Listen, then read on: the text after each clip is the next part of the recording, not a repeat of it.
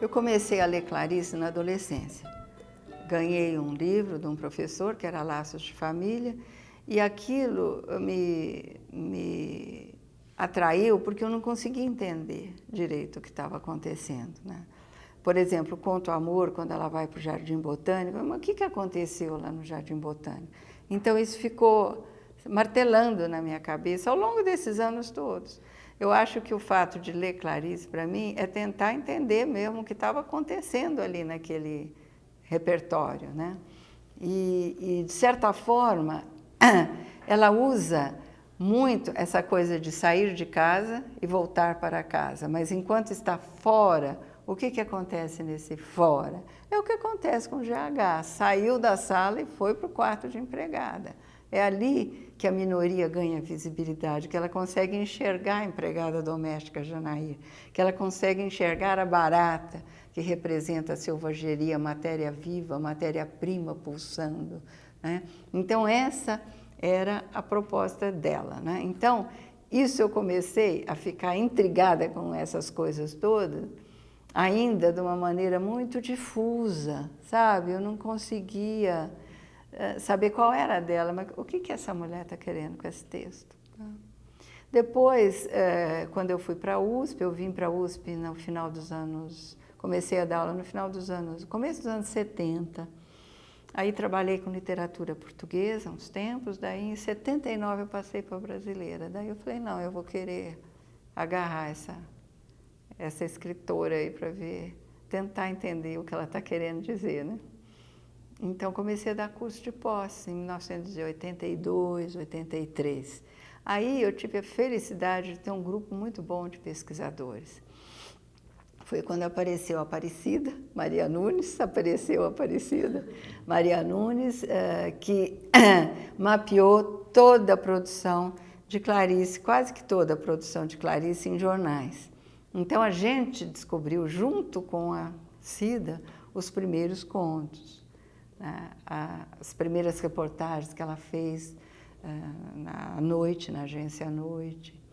Então, começou a surgir outra Clarice, que não era aquela dos livros que a gente já conhecia, que estavam editados. Era uma outra face da Clarice desconhecida. E depois ela passou numa segunda fase para as páginas femininas. Ela descobriu 350 páginas e colunas femininas escritas por Clarice, e que são muito interessantes, porque ali há também os embriões de muitos dos textos, tanto os contos quanto os romances. Então, foi uma pesquisa muito boa.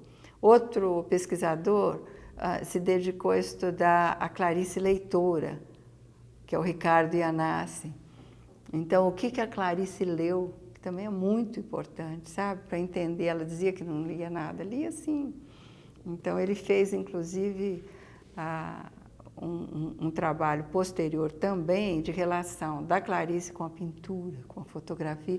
Então, você vai vendo que essas pesquisas todas, elas trazem outras Clarices para os leitores, até então desconhecidos, né? O Ricardo registrou as cópias de todas as telas da Clarice, que o público não tinha acesso a isso antes, né? Pela primeira vez ele registrou essa visão da Clarice pintora, né? Uma outra fez um mapeamento de toda a crítica que existia na Clarice até aquele momento. Hoje em dia acho que é impossível a gente fazer isso, mas até o momento em que a Glória Maria Cordovani fez a pesquisa, ali está a listagem do que a gente tinha sobre Clarice Lispector, né? E assim por diante, quer dizer, foram vários trabalhos, sabe? Foram dezenas de trabalhos e que trouxeram um repertório, sabe, de informação e de reflexão que deram, eu acredito, uma boa contribuição para os estudos de Clarice. A Valéria Franco Jacinto fez o levantamento e o registro. Ela copiou as cartas, a correspondência passiva que está depositada na Fundação Casa de Rui Barbosa. São centenas de cartas, e que facilita também a consulta do pesquisador. O Arnaldo Franco Júnior também hoje professor universitário, ele fez o estudo do kit em Clarice Lispector, quer dizer, levantou um novo elemento que ainda não havia sido, né, examinado antes.